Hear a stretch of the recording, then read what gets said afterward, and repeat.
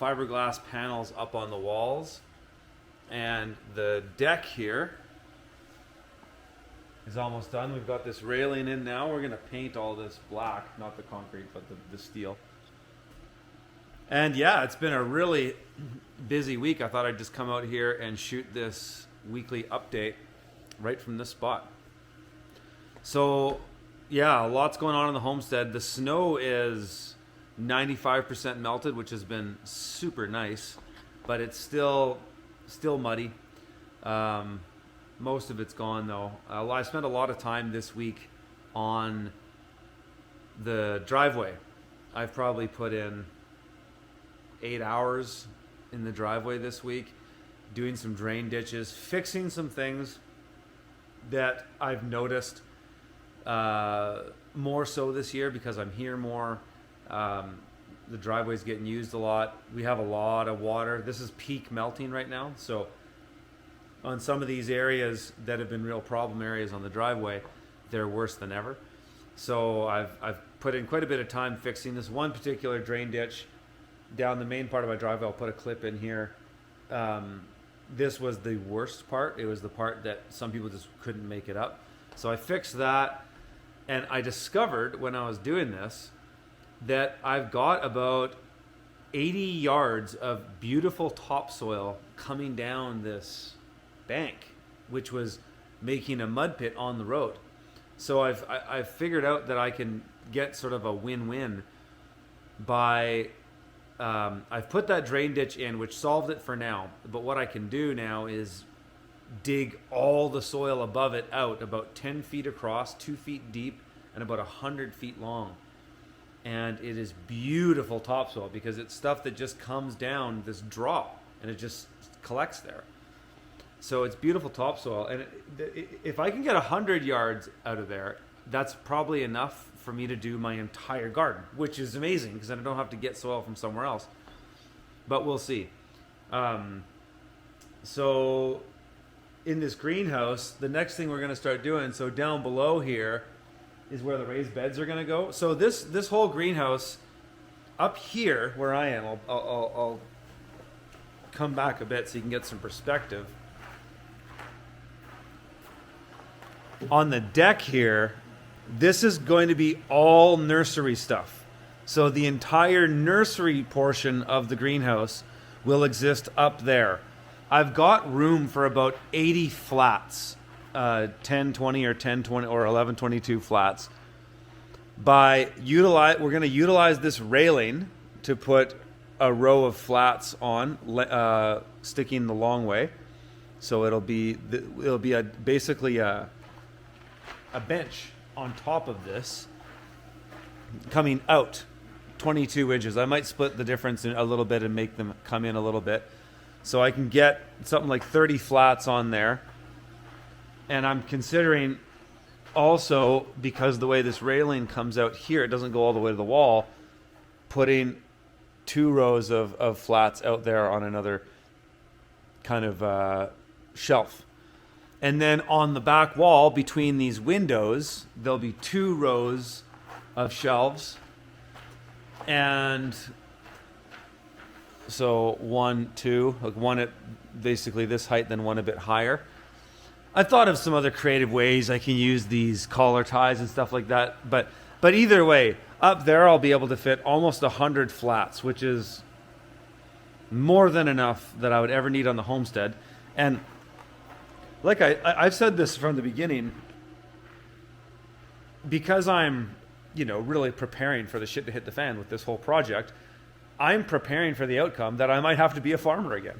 So we'll see, if Klaus Schwab and the boys pull off their Great Reset and cyber Polygon and their cyber pandemic and blame it on Russia, I might not be able to make a living online anymore. Maybe I have to become a farmer again. So I'm preparing for that outcome. I've got my garden, as I have it planned right now, is the equivalent in size. It's actually twice the size that Green City Acres was in 2018 when I shut it down. So, put the camera out here actually. Looking out these windows is lovely. So with all these terraces, once all that construction material comes out of here, all in here, I've actually decided to. This is one thing that I've mentioned in the vlogs this week. And if you're seeing this and you're wondering where my vlogs are, they're all up on From the Field. I'm doing my best to daily vlog right now. And anyways, I discussed this week, but I've decided to change my garden configuration. I was planning to do raised beds everywhere and build raised beds, but wood is getting expensive again, as it did last year. And since I have found a big deposit of topsoil, I'm going to just spread about 6 inches of topsoil on these. I'll grade it out a bit better first, spread out topsoil, and form beds just like I did with my market garden.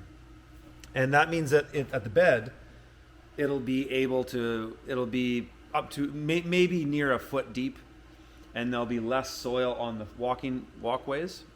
And there actually is soil in there too, it's just rocky. So that's another thing that we're gonna do. But anyways, back to this greenhouse.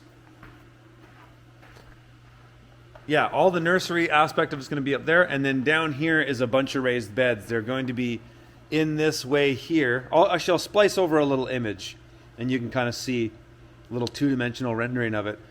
There's a series of raised beds that are all 4x9 in here. That gives me 2 feet off the walls, which I like, gives it further out for the light, and then you can walk nice and freely. There's 2 feet between each bed.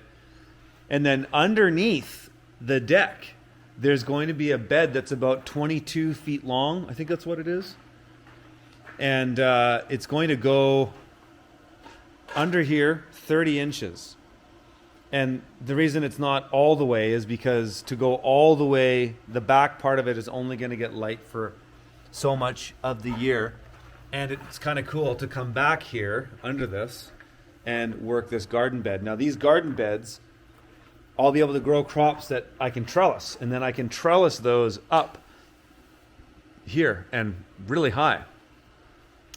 And then there's another. There might be another garden bed where the ground gets a little higher here, and then I'm planning to put another garden bed in here. So, and then this area here will be sort of a landing open for pots and things like that. We'll put concrete pavers down here eventually. So yeah, this is really coming together. So just coming back up here, two more other developments things were done this week was I spent quite a bit of time actually with my kids and my wife clearing the forest.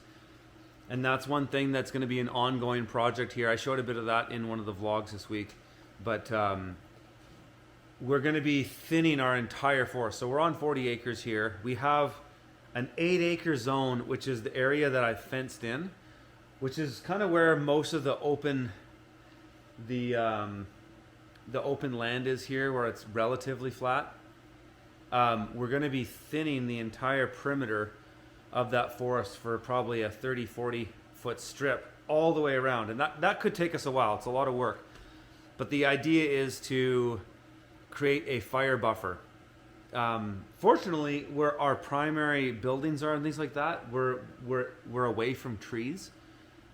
Some areas are better or worse than others, but the idea will be to cut out all the deadfall, mulch stuff, burn dead branches and stuff like that, and clear up the forest so it's not a tinderbox.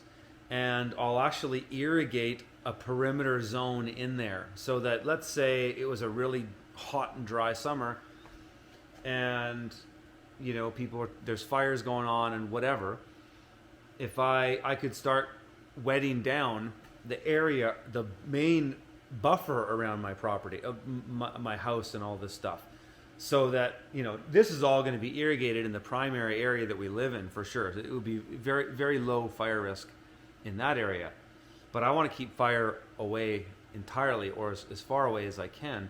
And so we're going to do that buffer around us in the hopes that if there was some fire coming towards here, that it wouldn't get much further than there, and certainly wouldn't come into the main area we're living on. So we'll spend a lot of time doing that this year. And then one other thing I want to show you guys.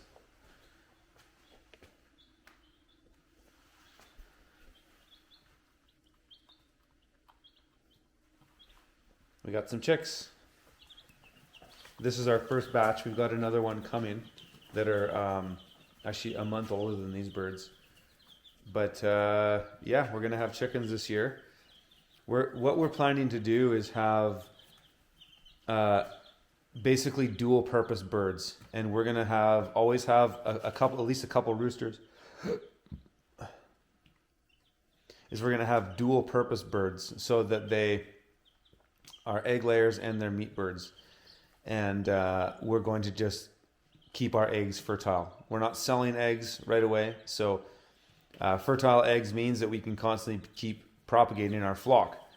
And yeah, so this is going to be an integral part of the garden eventually, but right now it's just the humble beginnings. Yeah, so that's the week, folks. If you want to follow along closer with what I'm doing on the homestead here, things aren't even close to as busy as they're going to be soon. You can follow my vlogs at fromthefield.tv. I'm trying to post every single day. This week, I think I've posted every single day, and yeah, things are accelerating now. I mean, a week ago we had downtime. Now the snow's melted, the ground's clear. We can start the gardens. It's like, holy crap. Once the snow goes, there's so much to do all of a sudden. And I've got more crew showing up in a couple weeks as well. So a lot going on. Again, if you want to follow me, head over to fromthefield.tv. We'll see you guys in the next